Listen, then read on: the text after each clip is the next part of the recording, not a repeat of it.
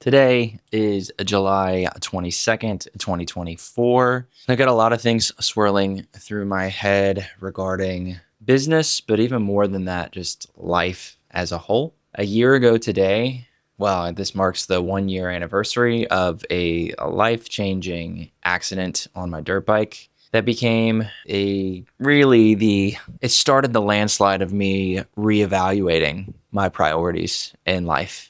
I was riding my dirt bike and it was a freak accident that is far too gruesome to share the details of the public internet like this. But for those who know me, know that I went through something very, very traumatic, and I will just say that you would never want to go through it. And if you're a guy, you would definitely not want to go through it. I will go ahead and fast forward and say I'm in better shape than I've ever been in a long time. Really since I've been a dad of almost 7 years now. And it was 2 emergency surgeries, rushed to the hospital, $300,000+ worth of medical debt or things that were billed for. Thank the Lord for insurance, although that's a whole other conversation. There's still a lot of, we were debt free. My wife and I, we had worked really hard to become debt free, and we are now not because of a freaking dirt bike accident.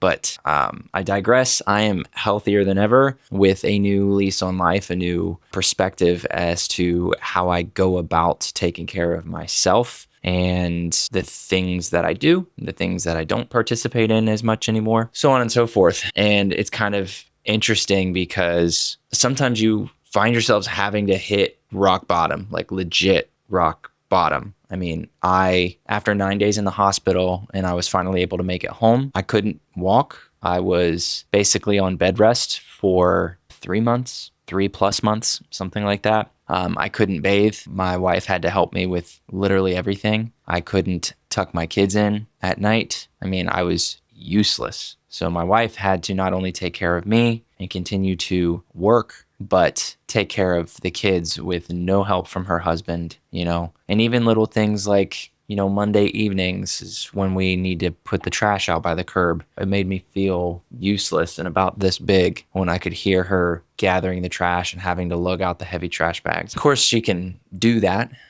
She's plenty capable, but it was like moments like that. It was just such a stark reminder every time of like how quickly things can change. I mean, I was basically on my dirt bike at one point, and then I was not going high speed. I was in my parents' backyard riding around with my 6-year-old, and he was riding his little dirt bike. I was riding mine. Fortunately, the rest of my family was over there at the house, kind of hanging around outside. Nobody saw me hit the ground, and I didn't even realize what happened to me when I hit the ground until I flew off the bike, started hobbling back to my bike, and realized there was parts of me not attached to me and instead on the bike. And as I was laying there calling for help and they were starting to call 911, I really did not know if I was going to make it to the hospital. It's funny because my initial thought, obviously shock, like the body going into shock is like the biggest miracle in the world. Like that is a gift from God himself, the fact that our bodies do that. So the pain wasn't immense, although based on the injury itself,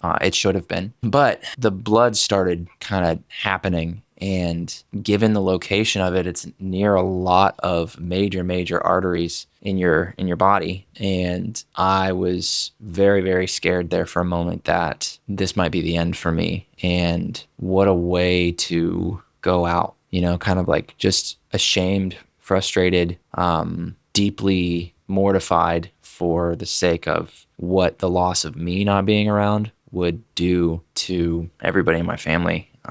And beyond that, to think that today could have been the 1 year anniversary of my kids not having their dad, 2 little boys that love their dad not having their dad, and a wife that has become a widow and managing everything. And, I count my lucky stars, because even though rushed to the hospital, emergency surgeries, 9 days in the hospital, tubes hanging out of me, bed rest for months after that, useless in a lot of ways physically, I was really, really lucky. And unfortunately, as I mentioned earlier, I feel like in a lot of sense, because we hear the horror stories, we see and witness, and sometimes more directly or indirectly than others, but witness these tragedies. And it is sobering for sure. But at the same time, it's very easy to just be like, whew, glad that's not me. Glad that's not my family.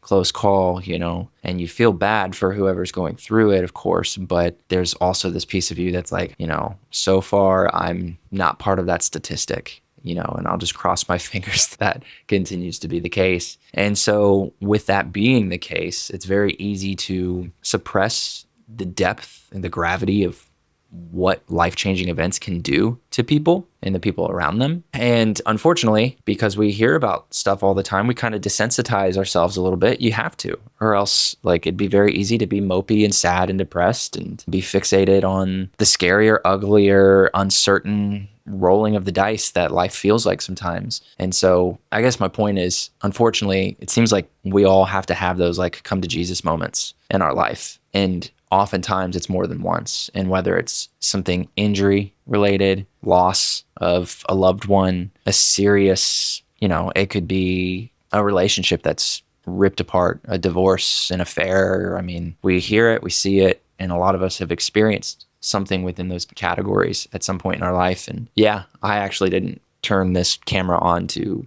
talk about this, but today is that day for me, the 1-year anniversary. And I set a goal for myself once I could start moving around again, that I was going to finally get my ass back in shape, because I was drinking quite a bit, not in a wildly irresponsible way, but I wasn't being as responsible as I ought to be given my role, my commitments, and the privilege that it is to be a husband and a dad, among other things. And so I was like, you know what, I'm gonna get myself back in shape. And it's kind of funny. I was laying around in bed a few nights ago. It's been about a week now, and I was like, because I do some CrossFit style training. I'm not like a CrossFitter, but and I come from a bodybuilding men's physique background. I used to do men's physique shows, but when I was dating and engaged to my now wife, and so obviously did that thing. But I was like, I wonder what local CrossFit competitions are around here. And in fact, not too far away from here, I live close enough to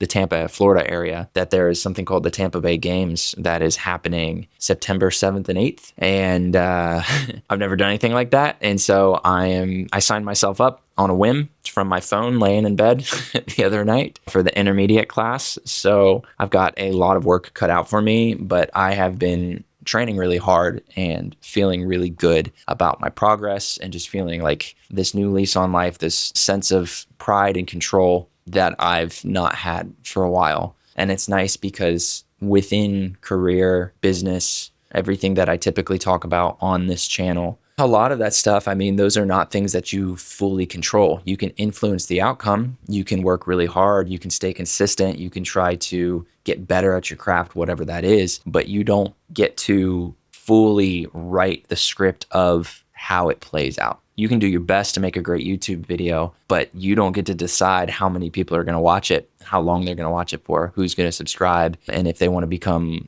true fans of yours and want to build a relationship and all of that kind of stuff. So that's how that goes. But when it comes to your health, for those that are fortunate enough to be healthy, of sound body and mind, you are able to control that narrative fully. And there's no other blame or excuse that you can use. You can't put that on anybody else but yourself. And the cool thing is, because I used to be a personal trainer back in the day, and that was probably the thing I was most successful at among all of the different career jumps that I've had in my life. That was probably where I was shining the most and really felt like just mind, body, soul. I was pursuing a passion, and I was able to monetize that and really help people. It was just wins across the board.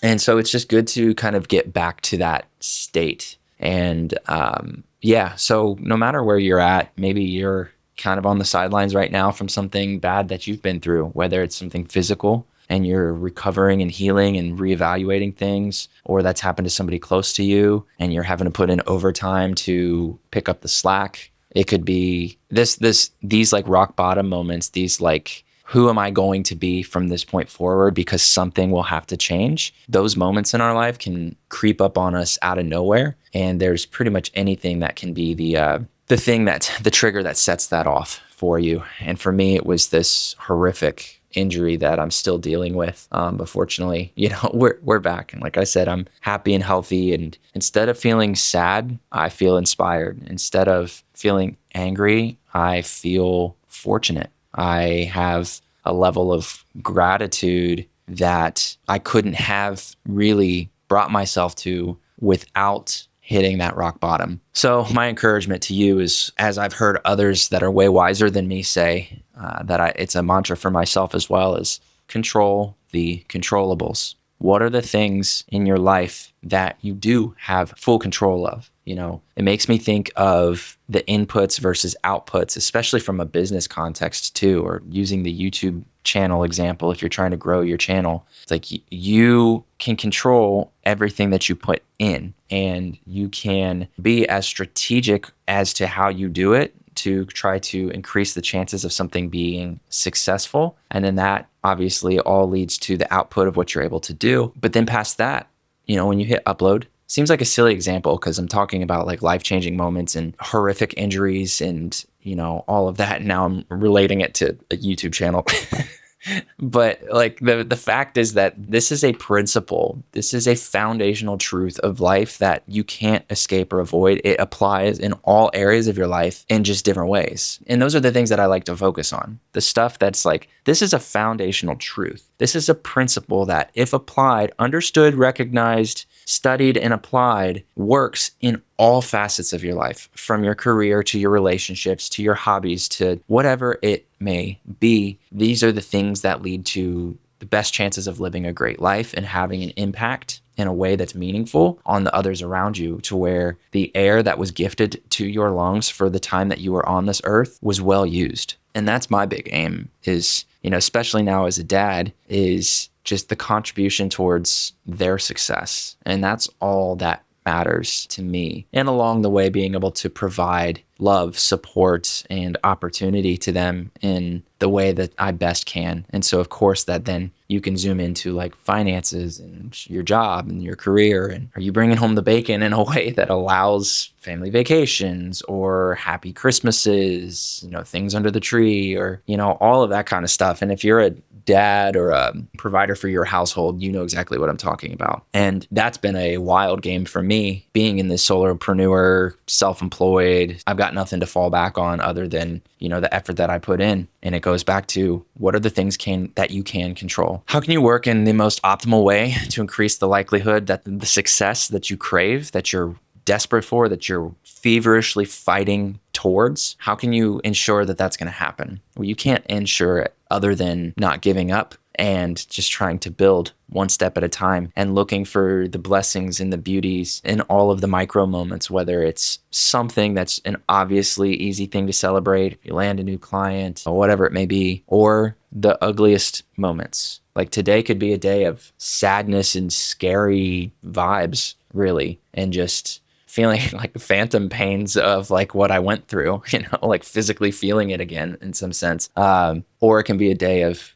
gratitude. It can be a day of remembrance in some sort of way. And again, it could have been so much worse. Documenting my thoughts for the sake of all of us, because the story and experiences that we all share, that we all have, they compound in value when shared in an honest, genuine way that allows for the rest of us to connect to, relate to, and pull from, so that there's a sense of belonging. There's a sense of understanding. It helps us kind of shake off the loneliness and the whole fictitious feeling that everybody's doing well mentally or with their career, and I'm the one that's just screwed up and just on a downward slope, and everybody's fine and I'm the problem. That's just not true. That's just not true. We've all got our stuff. So this is my documentation of today and my encouragement to you and to anybody who's still listening. All of the love and excitement for you, right? I have all of that for you. And